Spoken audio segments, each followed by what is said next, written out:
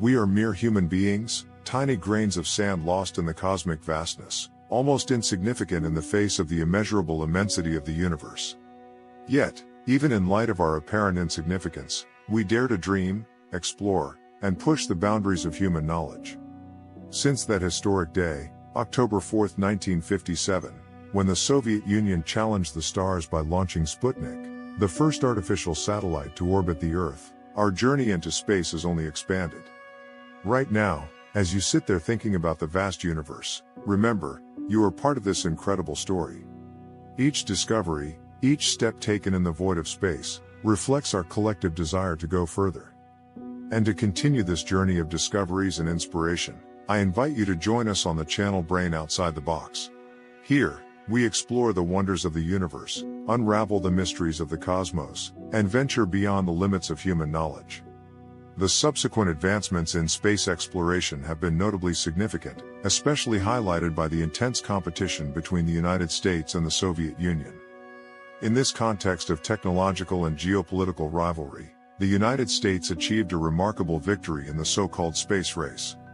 They stood out by being the first to launch a manned mission to the Moon on July 20, 1969, establishing a historic milestone in humanity's journey beyond Earth. Subsequently, the progress in the field of space exploration proved extraordinary, marked by the heated dispute between the United States and the Soviet Union. In this scenario of intense competition, the United States emerged victorious in the space race, being the first to successfully launch a manned mission to the Moon on July 20, 1969. After 3 years, on December 14, 1972, a notable event occurred in the history of space exploration. Gene Cernan, the commander of the Apollo 17 mission, became the last person to walk on the lunar surface. This mission marked a significant turning point in human activities in space. His last words on Earth's natural satellite were as follows: "As I take man's last step on this surface, returning home for some time. But we believe not too far in the future, I would just like to say what I believe history will record. This challenge of America today has forged man's destiny of tomorrow. And as we leave the Moon, we leave as we came. And, God willing, as we shall return, with peace and hope for all mankind." Good luck to the entire crew of Apollo 17. But if the last person to step on the Moon left there in the early 70s, why have humans never returned there?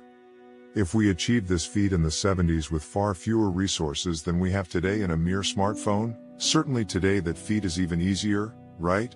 Or not? Well, then why has man never returned to the Moon? Let's look at the facts. First of all, you need to better understand the context of the time when man stepped on the Moon. This happened during the period of political hostility between the Soviet Union and the United States, a period known as the Cold War. For several years the two superpowers competed to develop missiles called intercontinental ballistic missiles to carry nuclear weapons between continents. The competition between the two countries peaked with the launch of the Sputnik. The satellite was able to send beeps from a radio transmitter. After reaching space, Sputnik orbited the Earth once every 96 minutes. The radio beeps could be detected on the ground when the satellite passed overhead, so people all over the world knew it was really in orbit. Realizing that the Soviet Union had capabilities that exceeded American technologies, the United States became concerned. Then, a month later, on November 3, 1957, the Soviets conducted an even more daring space adventure, launching Sputnik 2, the satellite that carried a living being beyond the area, the dog Laika. But before the launch of Sputnik, the United States was trying to launch a satellite before the Soviets. The Americans made 2 unsuccessful attempts to launch a satellite into space. They only succeeded with a rocket carrying a satellite called Explorer, on January 31, 1958. Curiously, the United States achieved this feat with the help of German rocket engineers who had already developed missiles for Nazi Germany. In 1958, space exploration activities in the United States were consolidated into a new government agency. The National Aeronautics and Space Administration, better known as NASA. The first human in space was the Soviet cosmonaut, Yuri Alexeyevich Gagarin. Yuri orbited the Earth on April 12, 1961. Just over 3 weeks later, NASA launched the multifaceted naval aviator, test pilot, astronaut, and executive American Alan Shepard into space. Not on an orbital flight, but on a suborbital trajectory, which is basically a flight that goes into space but doesn't make a complete orbit around Earth. Shepard's suborbital flight lasted just over 15 minutes.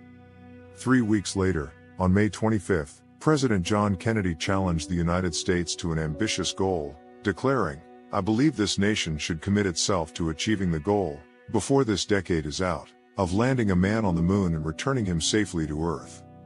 Partly because the two countries were in a space race, and the Soviet Union had the advantage. The Soviet Union also achieved other space milestones ahead of the United States, including launching the first artificial satellite, the first dog in space, and the first human in space, which included Luna 2 and became the first man-made object to reach the moon in 1959. Moreover, shortly after Gagarin's flight, in 1961, a second Soviet human mission orbited a cosmonaut around the Earth for an entire day. The Soviet Union also conducted the first spacewalk and launched the Vostok 6 mission, which made Valentina Tereshkova the first woman to travel to space. So, this ambition of the United States was not just about exploring the moon but about getting ahead of its main competitor. As mentioned, the world was experiencing the Cold War. It was not at all interesting to be left behind by the Soviets. However, the 60s would be the golden era of NASA. In 1969, in Apollo 11, the United States sent the first astronauts to the moon, and Neil Armstrong became the first human to set foot on its surface. During the lunar missions, the astronauts collected rock and lunar dust samples that scientists still study to learn about the moon. In addition, after managing to put a human on the moon, NASA also launched a satellite of space probes that studied Venus, Mars, and Mercury. Given all this history, you must be wondering what all this has to do with the fact that man has not returned to the moon, right? The context of the United States urgently needing to surpass the Soviet Union in the space race due to the competition between the two superpowers was crucial during that time.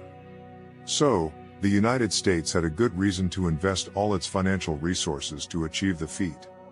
The problem is that taking a man to the moon is something extremely expensive and there really is no scientific explanation for it. In fact, man stepped on the moon for political reasons, basically the competition for control of space. In 2004, George Bush even proposed sending a new crew to the moon and from there opening the doors to the conquest of Mars. But the plan never went forward. His successor, Barack Obama, also was not willing to spend $104 billion, since there are not enough reasons to return to the moon. The Apollo project was something stupendous, but scientifically little productive. So does that mean that humans have no plans to return to the moon?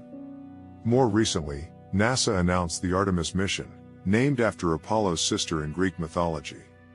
The program was divided into 3 parts. The first was the launch of the Orion spacecraft for an unmanned flight to lunar orbit. Then in 2024 the second stage will involve a flyby of the moon and aims to observe the operation of systems and equipment. And finally, the third part of the mission will finally land a human on the moon, but this is expected to happen only in 2025.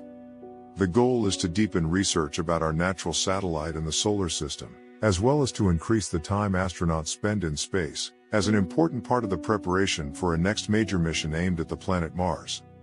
Moreover, with the technologies we have today, this visit to the moon, scientifically speaking, can accomplish much more than was done in the 1960s and 1970s.